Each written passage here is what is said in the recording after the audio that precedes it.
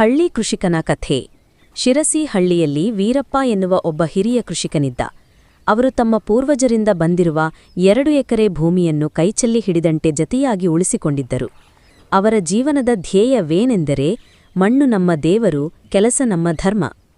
ಪ್ರತಿದಿನ ಬೆಳಿಗ್ಗೆ 5 ಗಂಟೆಗೆ ಎದ್ದ ವೀರಪ್ಪ ತಾನೇ ಹಾಲು ಕರೆದೊಯ್ದು ಹೊಲದಲ್ಲಿ ಕೆಲಸ ಮಾಡಿ ಮಡಕೆ ನೀರಿನಿಂದ ಬೆಳೆಗಳನ್ನು ನೀರಾವರಿಸುತ್ತಿದ್ದರು.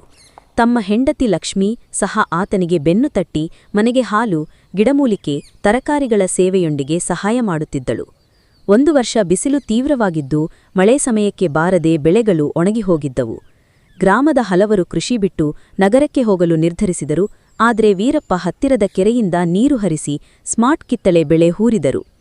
ಗ್ರಾಮದವರನ್ನು ತಾನು ಪ್ರೇರೇಪಿಸಿ ಹೊಸ ತಂತ್ರಜ್ಞಾನಗಳನ್ನು ಅಳವಡಿಸಿದನು. ಮುಂದಿನ ವರ್ಷ ಅದರ ಫಲವಾಗಿ ಹೊಲಗಳಲ್ಲಿ ಮತ್ತೊಮ್ಮೆ ಹಸಿರು ಹಬ್ಬ ಹಬ್ಬಿತು. ಪಾಠ: ಸಮರ್ಪಣೆ ಮತ್ತು ಪ್ರಾಮಾಣಿಕತೆ ಇದ್ದರೆ ಯಾವುದೇ ಸಂಕಟವನ್ನು ಗೆಲ್ಲಬಹುದು. ಕೃಷಿಯೇ ನಮ್ಮ ಬೆಂಬಲದ ದಾರಿ.